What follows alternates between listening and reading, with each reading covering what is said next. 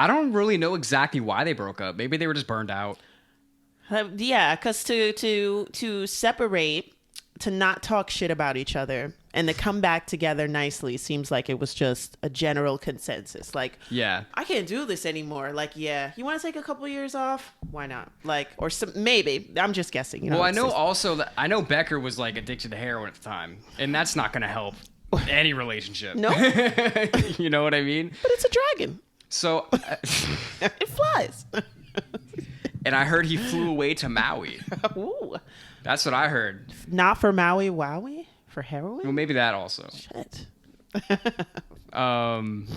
But yeah, so I guess they just like, you know what? We had a good run. We're going to lay off for a little bit. So after Gaucho, you know, they split. And I know that Fagan put out some solo albums. I think Yes. Becker did as well. Yeah. But even that was really interesting because we reacted to one of Fagan's songs From the movie. What a Wonderful World This Would Be. No. IGY. What Yes. a Wonderful World. Yeah, I thought you were talking about the movie for the song for the movie. What's wrong with me? The song for the movie. Oh God, is it about a newspaper?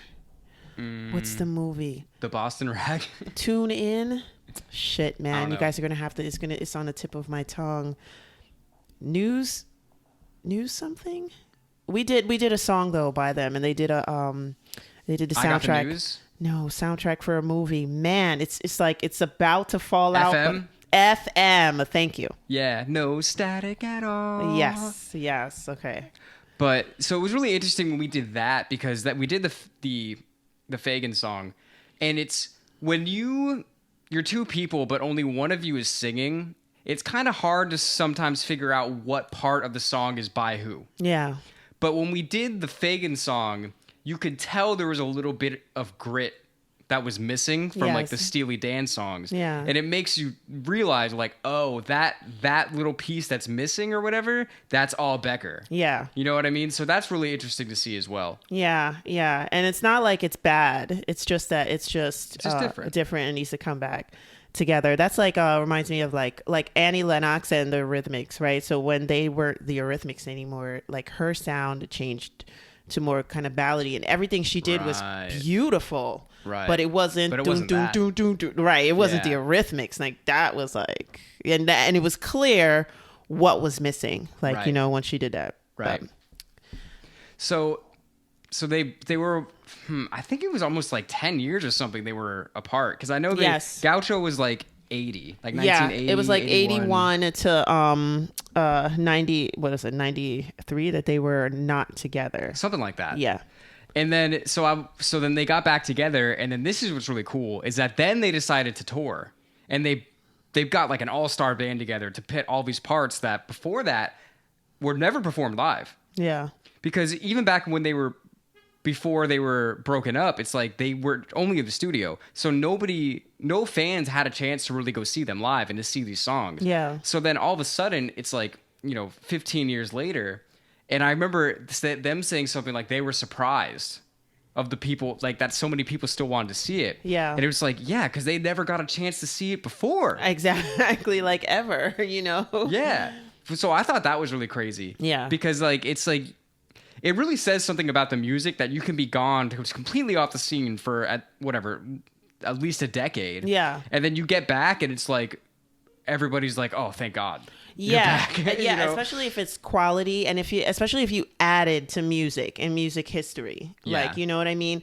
Like you could, like they got plenty one-hit wonders that go away and everybody's anticipating their comeback and they can't live up to it because it's like, well, you were just a trend really. Like you weren't, Right. You were part of the moment or whatever. And they definitely were not that. And I feel like it was like stages in their life. So they're younger. They're just like, I don't really feel like going out and about. But then I figure they want to tour because they're older men now. Maybe have families, maybe not. But they're just secure enough in themselves. And they're just like, I got to get out of here. Like, Yeah. They're like, I got to get out of the house somehow.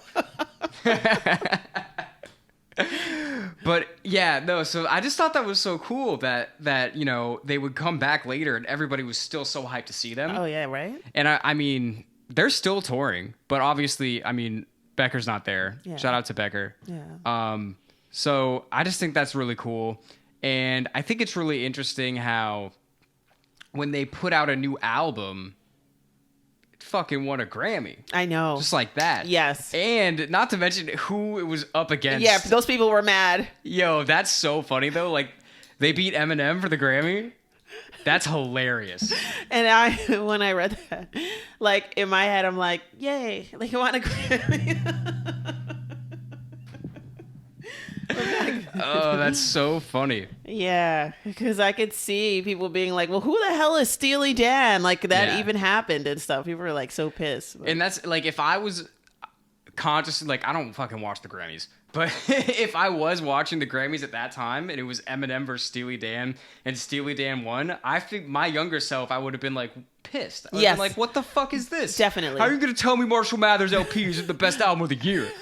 You know what I mean? Yep. But now it's like, I'm thinking about it with, I guess, more mature ears. I'm like, yeah, like, that's great music. And we haven't even heard that album yet. But if it's Steely Dan, I know it's fucking great. Yes. That's it. You know what I mean? And we will hear it at some point. Eminem probably likes it himself. I was also wondering that. I was like, you think Eminem, do you think he knew who they were? I would say, yeah. Eminem has sampled a lot of classic rock artists. I can't see why he would not know who Steely Dan was. Yeah. Also, shout out to Kanye for sampling Steely Dan. But, yeah, and then I know they put out another album after that, but I don't think it did as well. Right. And then I guess that was pretty much it. Yeah. Because, unfortunately, Walter passed away from esophageal cancer. I don't know if I'm saying esophageal right. Yeah, that's throat yeah, cancer. throat cancer. So R.I.P. to him, and it actually made me really sad because I was reading how when that happened, like Donald was like, "Well, I don't want to keep using the Steely Dan name if he's not around," and like the promoters were just like, "That might be a mistake." You better. Like, I don't think it's gonna go so well if you don't use Steely Dan, and I guess they convinced him to because they're still touring as Steely Dan. Yeah, and I'm sure they put on a great show. A whole new generation of kids that'll want to see you. They won't be like, "Oh, Walter Becker's playing." Their eyes will open up wide for Steely Dan. Like, you know what I mean? Yeah. So yeah, and they really just are, kind of unsung legends for that time. Yeah. And just because of that whole, anti-hero persona, like they weren't as accessible to the average listener, I guess. Yeah, but you gotta love that. You gotta love the kind of anonymity. At least I would, and maybe it's because we're like big town people, like, you know what I mean? So it's like you're used to like all of this and you don't want to be around it like all the time. So like you gotta love the fact that you were able to go to the best restaurants, go to the best nightclubs, and no huge bunch of people were going to chase you down. You know what I mean? You can have Szechuan dumplings at Mr. Chow's. Exactly. You can just eat your dinner and chill, Yeah. And it's also just impressive that it's like they just never tried to be anybody else. Like, it's something we talk about all the time, like, especially when it comes to art. The only thing that really matters is authenticity. Yeah. Because this is the thing, like, you can give up authenticity for like a short-term gain, to be like a one-hit wonder or something like that. Yeah. But it's not going to last. Like, it's kind of a trade-off. Yeah. Like, if you're doing something in the short term to gain popularity, in the long term, you're not going to be remembered because you're just a trend chaser. Yeah. But the people that set trends, the people that are trendsetters, are never worried about that. No. They're just doing what they want to do, and that's what Steely Dan did. That's exactly what they did. It's true. Yeah.